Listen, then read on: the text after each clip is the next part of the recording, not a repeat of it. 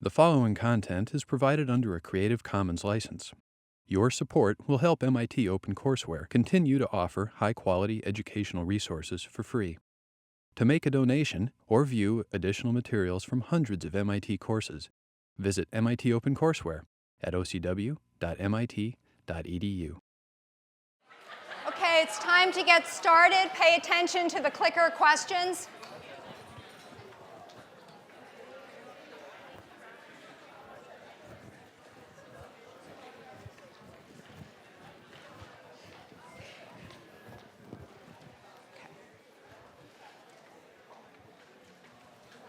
All right, I'll give you 10 more seconds.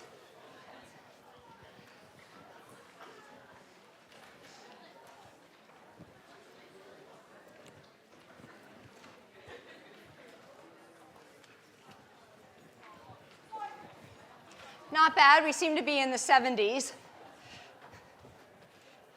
Let's see if we can keep this door closed. All right. So if you didn't have time to click in, let's consider what's going on here. What's true about the relationship of Q and K here? So is Q less than or greater than K? Less than.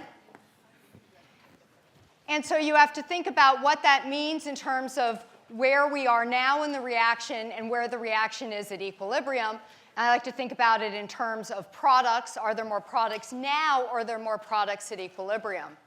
So if Q is less than K, then there are more products at equilibrium, and so the reaction will shift toward products.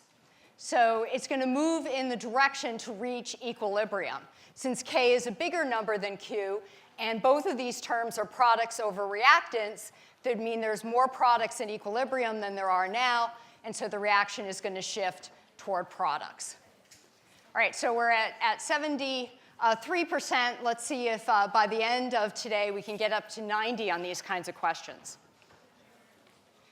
All right, so we're going to continue to consider external effects on K in today's class.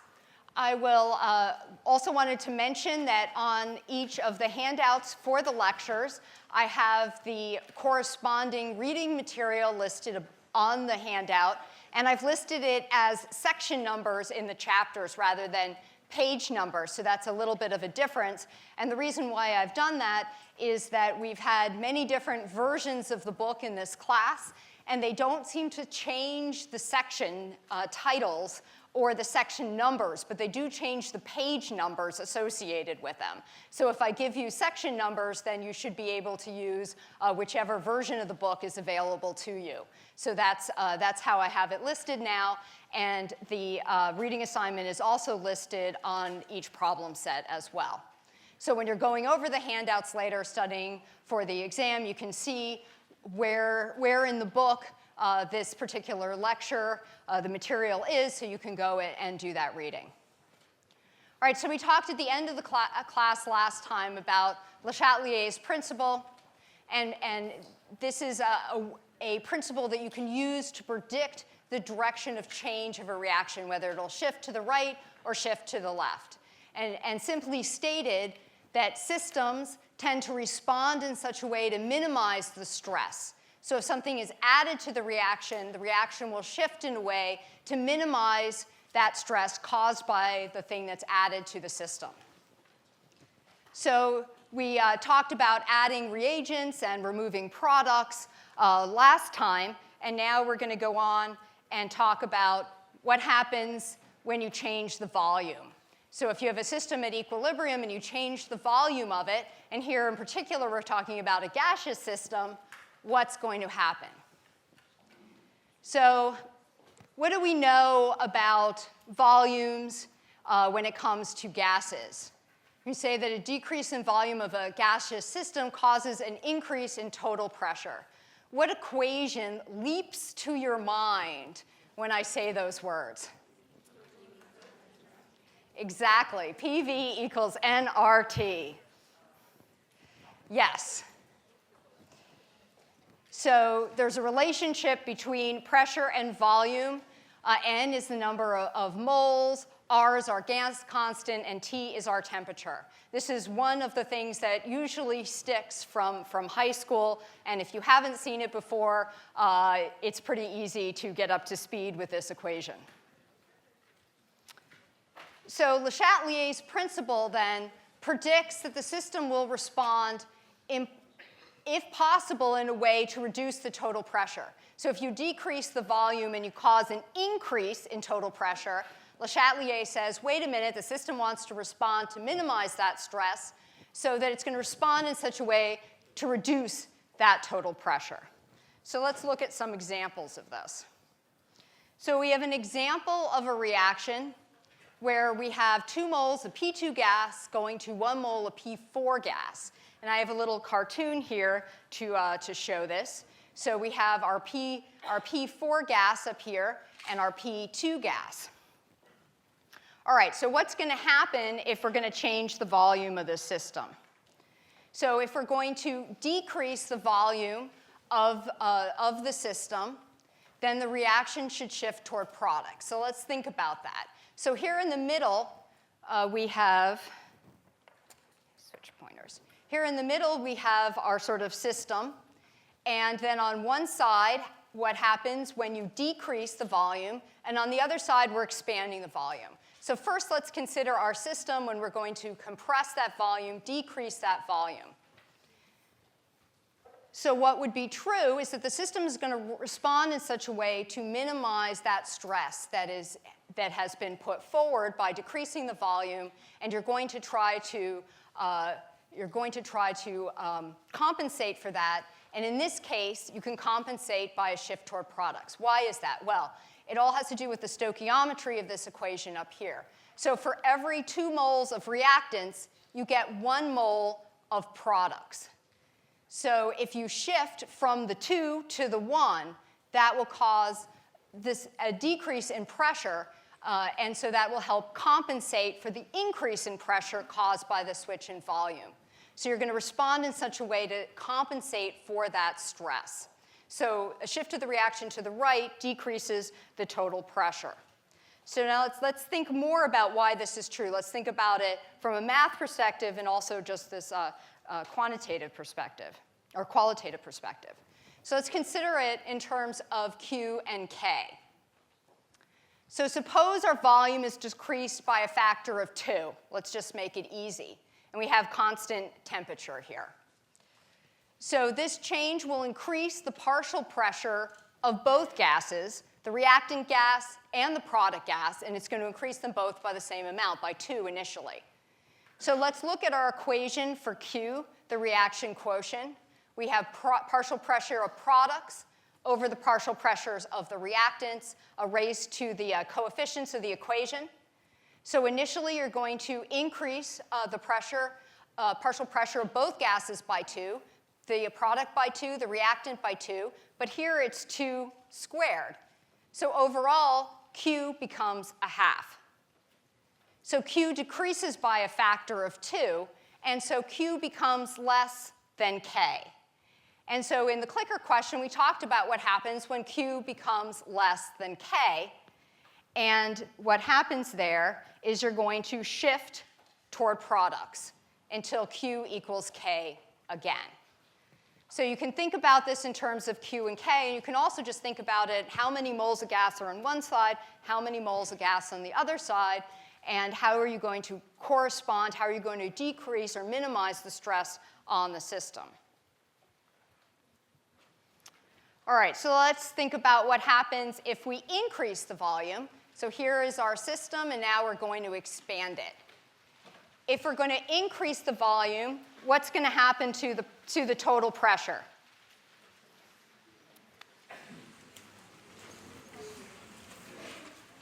I'm hearing it, but I want everyone to answer. Thank you. All right, so we'll decrease the pressure. And what that's going to do is shift toward reactants, because we want to compensate for that decrease in pressure. And to do that, we can increase the pressure by switching or shifting the reaction toward the reactants. So again, we're going from 1 mole of product on one side to 2 of the reactants. So here we see a shift toward the reactants. And so this shift to the left is going to increase the total pressure to compensate for the decrease in pressure that was a result of this applied force to the system. And we could do this again in terms of Q and K. Now we're going to get a little trickier. What happens if we add an inert gas to a system increasing the total pressure at constant temperature? So we're not adding one of the reactants or one of the products. We're adding an inert gas, and we're increasing the total pressure. What's going to happen?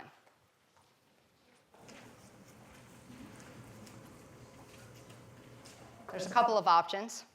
What do you think? How about nothing? Why would nothing happen? Well, Q depends on the partial pressure of the reactant gas and the product gas. And in this particular example, the partial pressures are not changing. We are changing the total pressure of the system by adding an inert gas, but we're not changing the partial pressure. So let's take this opportunity to review partial pressures, or if you haven't seen it before, I'm going to tell you everything you need to know about partial pressures. So here's a little review, or for the first time, description of partial pressure. So what is the definition? The partial pressure is the pressure that each gas would exert if it were present alone in the container. So in this example, we have oxygen in a container, and we have 1 atmosphere of pressure. In the second one, there's nitrogen in a container with 1 atmosphere of pressure. If you put this amount of oxygen and this amount of nitrogen together in a container, then you would have 2 atmospheres of total pressure, but you're still going to have 1 atmosphere of partial pressure for oxygen and 1 atmosphere of partial pressure for nitrogen. So it's as if the gas is alone in the container. That's the definition of partial pressure. So let's look at some equations. So the partial pressure of a gas, P to sub A, is equal to the number of moles of that gas. And we also have in this equation R, our gas constant, T, our temperature, and V, our volume. The total pressure on the system, which is what this 2 atmospheres is equal to the partial pressure of gas A, which would be the partial pressure of the oxygen at 1 atmosphere, the partial pressure of the nitrogen at 1 atmosphere. That's all we have here. So the partial pressure of those 2, of 1 plus 1, we have 2 for total. And that's equal to the total number of moles. So in these problems, we're going to be considering partial pressure, and the question you're going to be asking yourself in all of these different wordings of the question is the partial pressure of the gas changing? That's a very important question to ask because that'll help you answer the questions correctly. So let's go back to the original question. What happens if an inert gas is added to the container, increasing the total pressure at constant temperature? And the answer is nothing because Q is not affected, because Q depends on the partial pressures, and the partial pressure isn't changing. We aren't changing the number of moles of the gas in question. We're just changing the total pressure of the system. We're adding an inert gas. And because partial pressures don't change, Q doesn't change. And if Q doesn't change, there's no response from the system. So a lot of the questions in this system, they're not in this unit, they're not actually very difficult, but the wording can be tricky. And so when you're doing these problems, you have to be thinking about what is changing and what isn't changing to be able to get these questions correct. And if you do that, then these are some nice questions for you to get right on the exams. They're short. They're good questions to go after. All right. Let's see how you're doing with this. What happens if an inert gas is added to the container, but the total pressure is now kept constant? Temperature is also constant. So let's think about this.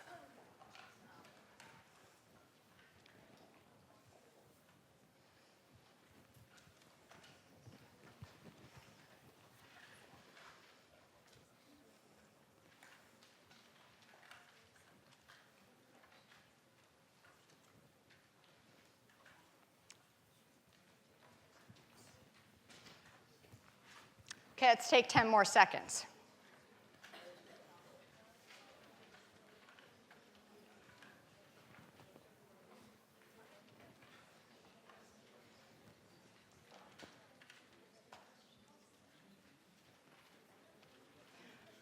Okay.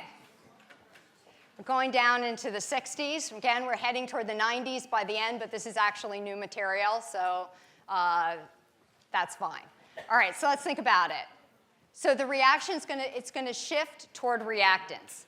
Let's think about why. Let's break it down. And what was important is that hint that for the pressure to be kept constant, the volume of the container must have increased.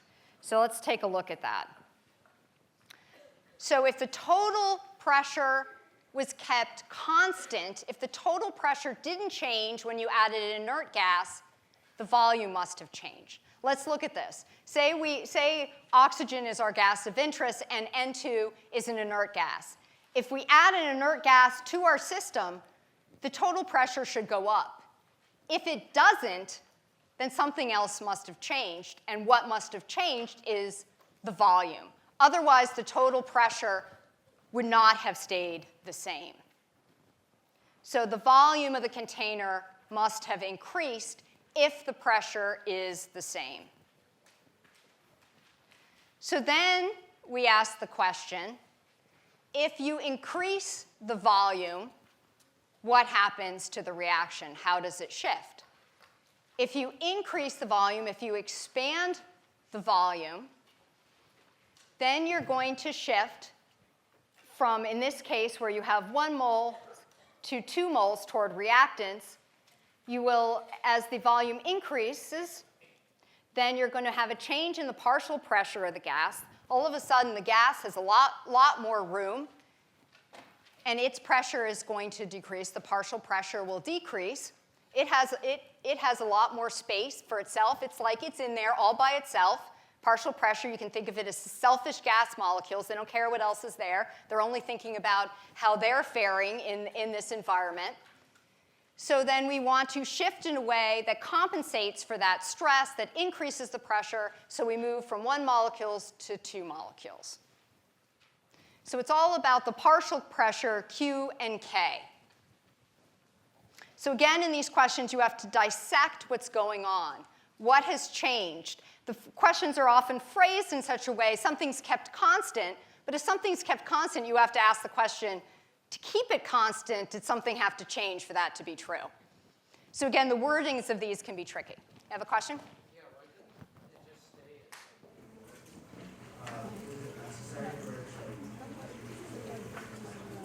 Well, then that's, yeah, so the question is it necessary for it to try to increase pressure? This is just the predictive tool of Le Chatelier. Le Chatelier would predict that if the system is changed in such a way, such as volume increases, so the partial pressure decreases, that the system will shift in a way to minimize that stress. And to minimize that stress, you would increase the partial pressure by doing the shift from 1 mole to 2. So again, this is Le Chatelier's predicted how you would predict the direction of the shift based on the simple idea that a system where a stress is applied, the system will respond in a way to minimize the stress. And again, I talked about last time that this concept of minimizing stress is difficult for some MIT students, but you just sort of have to memorize that in this case, we're predicting how a system will shift to minimize that stress.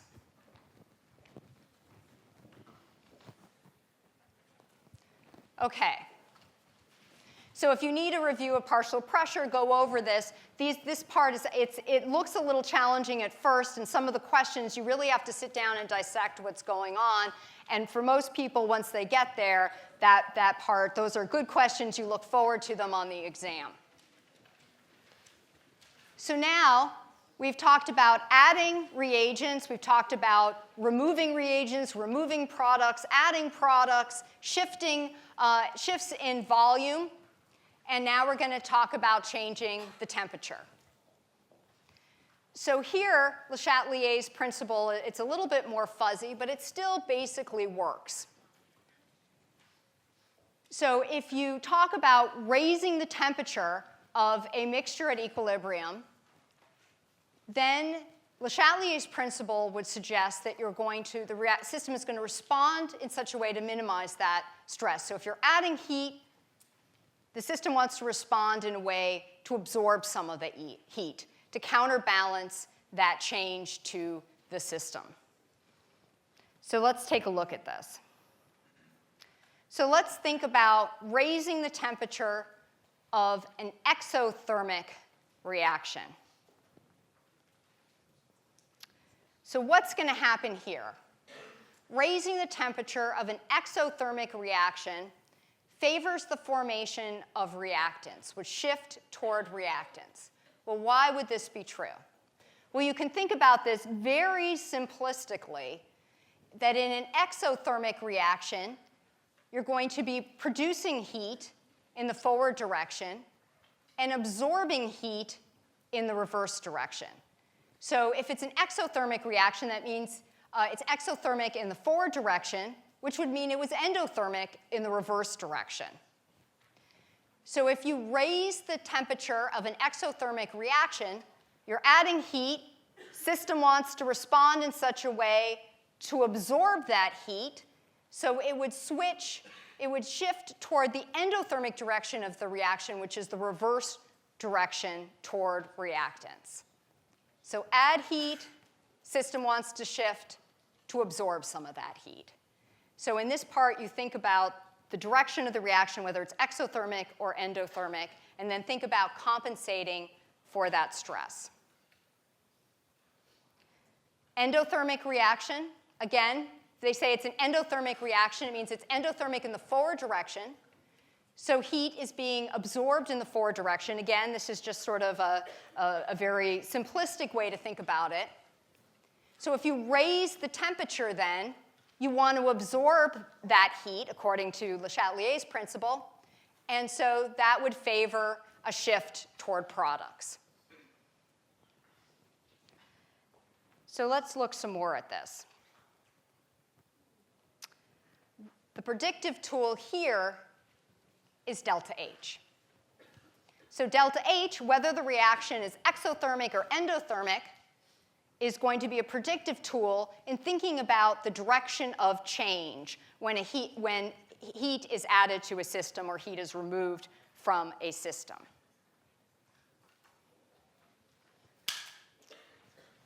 So let's try this out. Heat is added to a system. You're given information about your predictive tool, delta H. Which direction will the reaction go?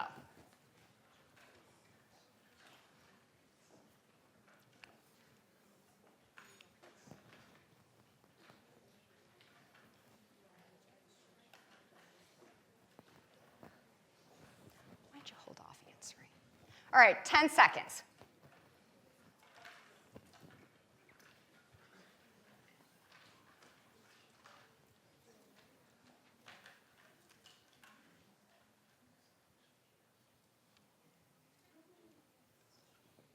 Why don't you discuss with your friends and vote again?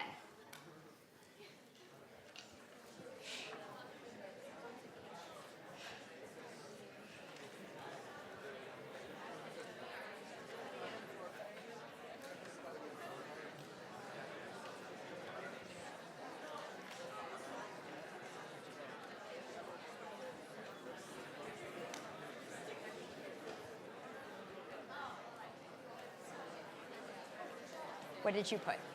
What did you put? What? 2. All right, 10 more seconds.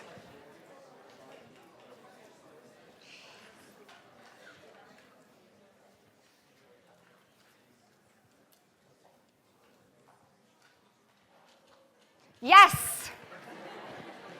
I knew we could get into the 90s. All right, so what type of reaction is this, endo or exothermic? Exothermic. And so we're adding heat to an exothermic reaction. So it wants to shift to absorb that heat. So it wants to go in the endothermic direction, which is the reverse direction, or toward the reactants. And that's how it's supposed to work, too. More people get the right answer after the group discusses. All right. So we've been talking about the equilibrium constant so far, okay, in terms of it being a constant. It's called the equilibrium constant, but it's only constant at a given temperature. So the equilibrium constant changes with temperature. It's also true that rates of reaction change with temperature. And kinetics is our last unit in this course, and we'll be discussing that quite a bit. So how does the equilibrium constant change with temperature? Let's consider that. So let's look at some of the equations that we know that have delta H in them. Delta H, again, is our predictive factor when we're talking about changes in temperature. We know that delta G naught is minus RT, natural log of K. So the relationship with our standard free energy, our gas constant temperature, and our equilibrium constant. We also know that delta G naught equals delta H naught minus T delta S naught. If those equations don't look familiar, then you should go back and review the material on thermodynamics, because you're going to need it in this unit, the next unit, the unit after that, and then the next 2 units, and then we're done with the class. All right, so good to get familiar with this now. All right, so we can rearrange these in terms of solving for our equilibrium constant. And so we see the natural log of the equilibrium constant minus delta H naught over RT plus delta S naught over R.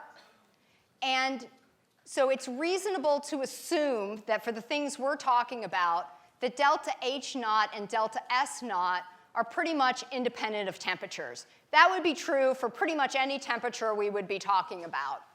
So that means that K, or the natural log of K, is going to change depending on the temperature. It won't change. These other ones are constant at all the temperatures, so there's a relationship between the equilibrium constant and temperature. So you can consider an equilibrium constant at one temperature and an equilibrium constant at another temperature. So we can talk about the natural log of a K2 of an equilibrium constant 2 equal to minus delta H over RT temperature 2 plus delta S naught over R. We can do the same thing for another temperature 1, equilibrium 1. And if we subtract these two, delta S is going to cancel out, and we're going to get this equation, which you know is important because it has a name. So this is the Van Hoff equation. And at some point later in the course, I'll be asking you to come up with this name. So I always get very excited when people can tell me it's the Van Hoff equation later on. Not that that's on a test, but there are very few equations that have names. So here we go. So what does this do? Well, we can talk about the natural log of one equilibrium constant over another, an equilibrium constant K2, which is the equilibrium at temperature 2, equilibrium constant K1, which is the equilibrium constant at temperature 1, is going to be equal to minus delta H naught over R, and then it depends on the temperature. So you bracket 1 over temperature 2 minus 1 over temperature 1. And this just comes from subtracting those two equations. So again, you can think about how the equilibrium constant is going to change with temperature. That's what this equation does for you. So let's look at some of the things that fall out of this particular equation. Let's think first about a case where this delta H naught is less than 0. What type of reaction is that? Exothermic. All right, so now let's consider a case for this exothermic reaction where we're going to increase the temperature. And so that means that T2 will be greater than T1. We've increased the temperature. So now let's think about what sign the natural log of K2 over K1 will have if these things are true. So there's a minus in the equation. Let's put the minus down here. Delta H naught is negative. It's exothermic reaction, so that's another negative sign. And if we're increasing the temperature, and T2 is greater than T1, then this temperature term will also have a negative sign. So if you have negative times negative times negative, you're going to get a negative for your net result over here. And what that will mean in terms of K2 and K1 is that K1 will be greater than K2. So you can think about this mathematically by running through this argument. You can also sort of think about it in terms of what you would expect if you increase the temperature in terms of what's the relative ratio of products to reactants at equilibrium for an exothermic reaction. So if you're increasing the temperature of an exothermic reaction, the reaction would want to shift in the direction to absorb that heat in the endothermic direction. So you would expect that the equilibrium constant that was at the lower temperature would be larger than the higher temperature one, that there'd be less products at this new higher temperature. So again, you can think about it in terms of Le Chatelier's principle, or you can run through with this equation and do the math and think about the relative size of K1 and K2. So now let's think about what happens when you decrease the temperature, where T2 is less than T1. So we can do the same thing. We have a negative sign here. We also have a negative sign for delta H. It's an exothermic reaction. But now we have a positive sign for this temperature term. So overall, we're going to have a positive sign for the natural log of K2 over K1, which mathematically is going to mean that K1 is less than K2, or that you would expect more products in the equilibrium constant at higher temperature. All right, so that's an exothermic reaction. So if you're ever having problems with Le Chatelier, you can go and use the Van Hoff's equation to think about what you would expect in terms of this shift, what you would expect if you change the temperature of an exothermic reaction in terms of the magnitude of the new equilibrium constants. All right, now you can do the same for me in terms of in terms of this delta H naught is greater than 0. Which of the following are going to be true? And notice there's a possibility that all of them are true, or that just some of them are true, or that one of them is true.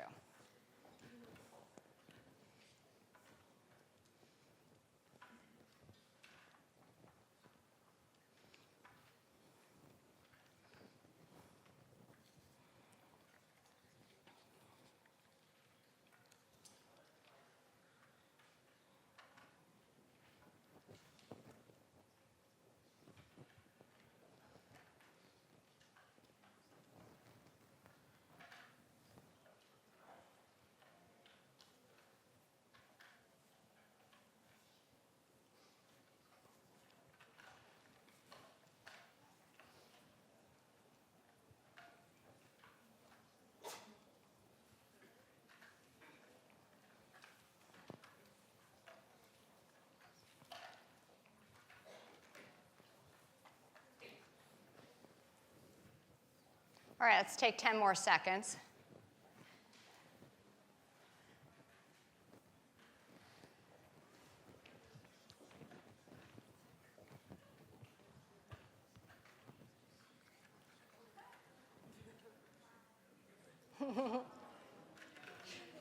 See, actually, people did very well, because E is also true. All of those are true. But D was also true. So if we add the 30 and the 58 together, I'm very happy. All right, so let's look at this over here. We'll keep the questions up, and let's consider all of them in order. So the first one is that the reaction was endothermic. I think everybody saw that as being correct.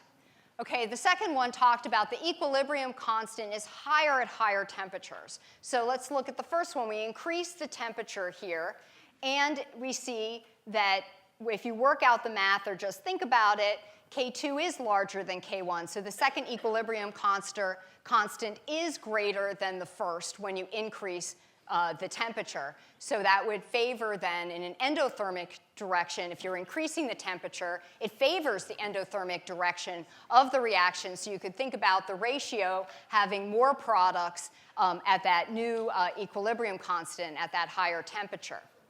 So that one was also true. Then let's think about when you decrease the temperature, when temperature 1 is greater than temperature 2. And so this would favor then the exothermic direction. So you would expect less products at this newer temperature. So this part asks about K1 versus K2, and we see K1 is greater than K2. And then D says there are fewer products at equilibrium when the temperature is decreased. And that's just the word way of saying the same thing. So all of those are true. But again, people did very, very well with this question. All right.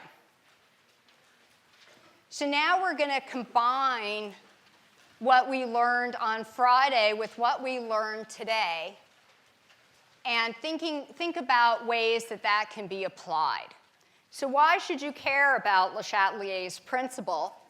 Well, for two reasons. One, I think Le Chatelier had a sort of a good life plan that when stress is applied to the system, one should respond in a way to minimize that stress. I think that is an important life lesson. But also, it's very useful in terms of thinking about maximizing a yield of a reaction. So if you were going to create an industrial process and make lots of money and then give some of it back to MIT to improve things in terms of teaching chemistry at MIT, then you would want to think about these principles. Because you would want to maximize your yield. If you're going to be making a product, you want to make a lot of that product. And so you want to be thinking about these things. So we've talked about the reaction with nitrogen and hydrogen making ammonia last time. And this is an exothermic reaction. So there are a lot of people who want to make ammonia. It's for fertilizer.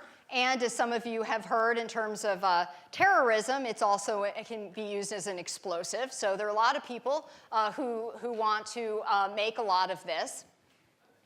So how do you maximize this yield? It's an exothermic reaction. So you can think about temperature. So here, low temperature would favor product, which is good. We haven't talked about kinetics yet, but low temperature also slows the rate, which is bad. Because you not only want to make a lot of your product, you want to make it in a reasonable time frame to sell it and make lots of money and retire early. So you care about how fast the reaction is going as well. So for an exothermic reaction, then you have to balance out what's thermodynamically favorable and what's kinetically favorable. So thermodynamically, you would want a low temperature, but kinetically, in terms of the rate, that's not so good. So they use a compromised temperature, which is 500 degrees C. So that's pretty high, actually, for this reaction. So what are other things that you could do to drive this reaction toward products? So yeah, what's something else you could do? Right. So you can think about volume here. So here we have 4 molecules of gas on one side and 2 molecules of gas on the other side. So you can think about changing that to favor your products. What is something else you could do? Yeah. Enzymes. We'll talk about that in a minute.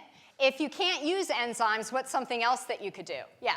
We can remove ammonia from the... Yep. So you could remove ammonia from the system, which would also shift the direction. So let's just put those two things down.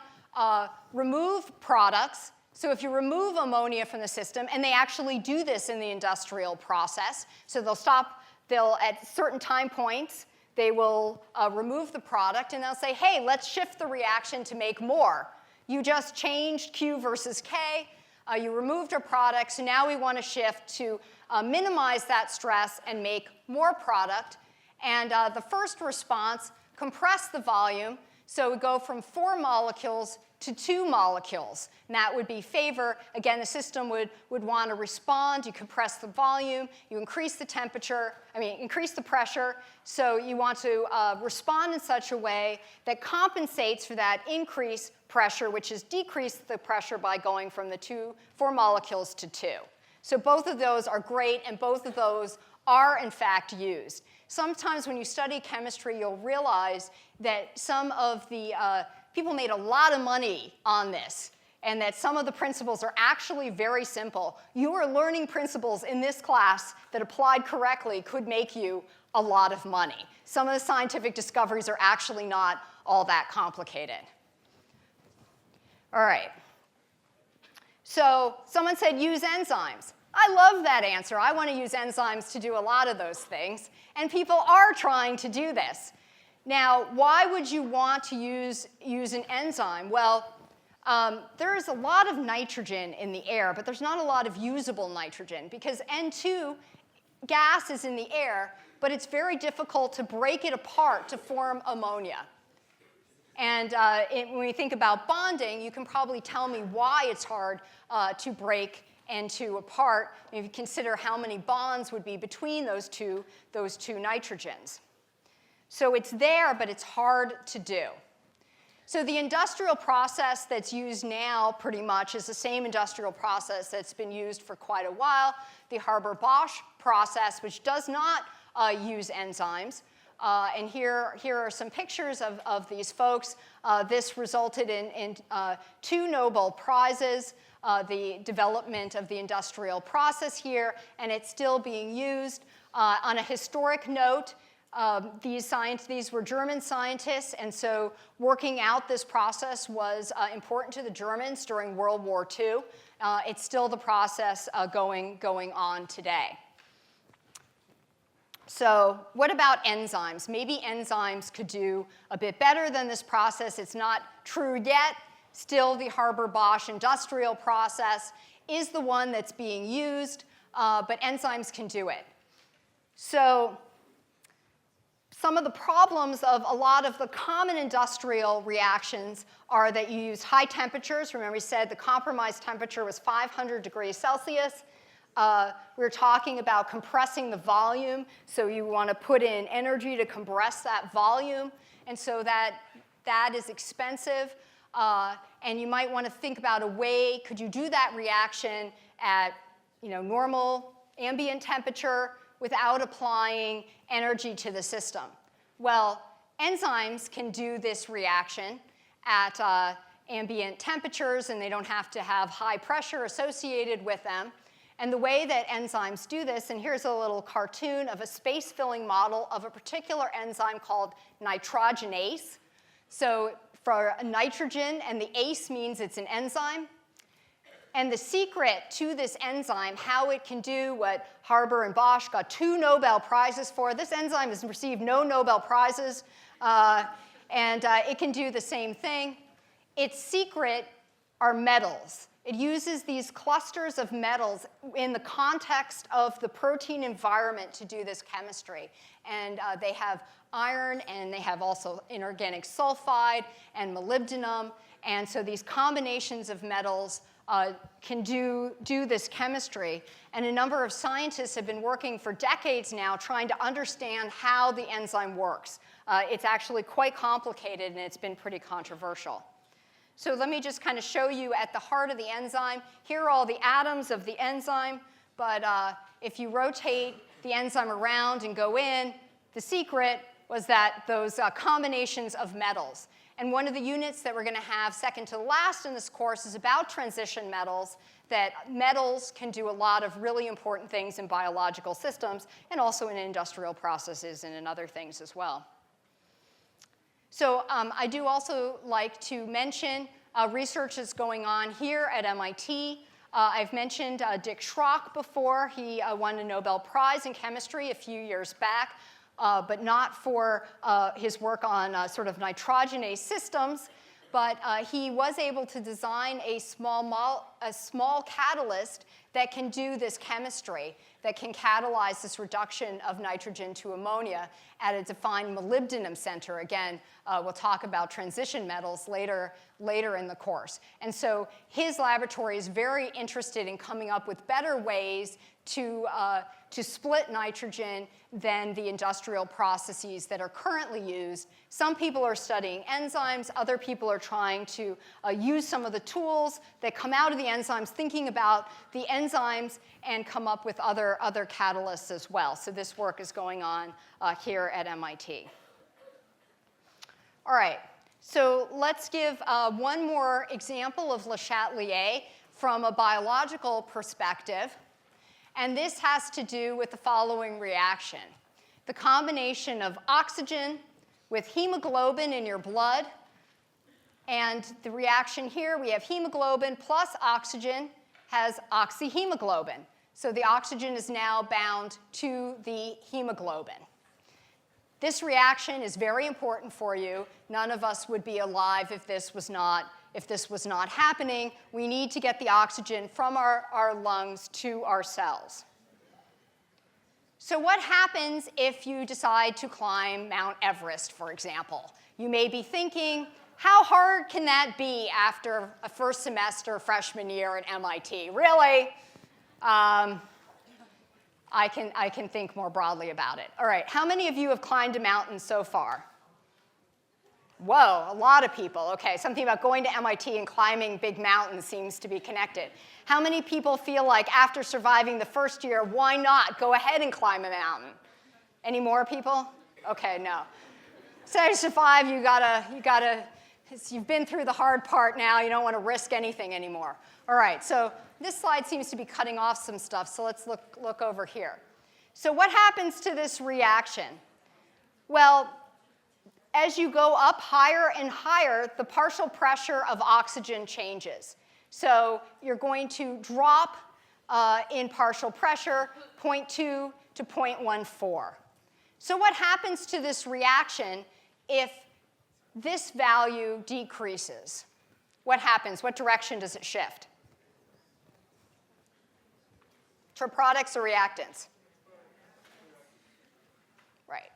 So if this is going down, then some of your oxygenated hemoglobin is going to release its oxygen. So it'll respond in such a way to compensate for that added stress. Oops. So what can you do to switch it back the other way? Again, we want our blood to be oxygenated. What happens to compensate for this if you're going to climb a mountain? What happens in the body? Yeah? The body can produce more hemoglobin. So you often go to another altitude and hang out for a while before you start going way up. And what's happening during that time is your body realizes there's a problem. It knows about Le Chatelier's principle, and so it's going to make more hemoglobin. And if you add more hemoglobin to this reaction, what direction does it go? Toward products, right. Okay. So I wanted to mention significant figures. And I have to make a confession that when I first started teaching this course, I had never really paid attention to the rules of significant figures for logs. In this unit, the next unit, the unit after, you get the idea, there are going to be a lot of logs. And they have special rules for significant figures. So in the bottom of your handout, these rules are explained. It's also in your book. Pay attention to this. It's going to help you on all the problem sets and in the course. So I just wanted to point out special rules about significant figures for logs. All right. That's it for today. See you on Wednesday.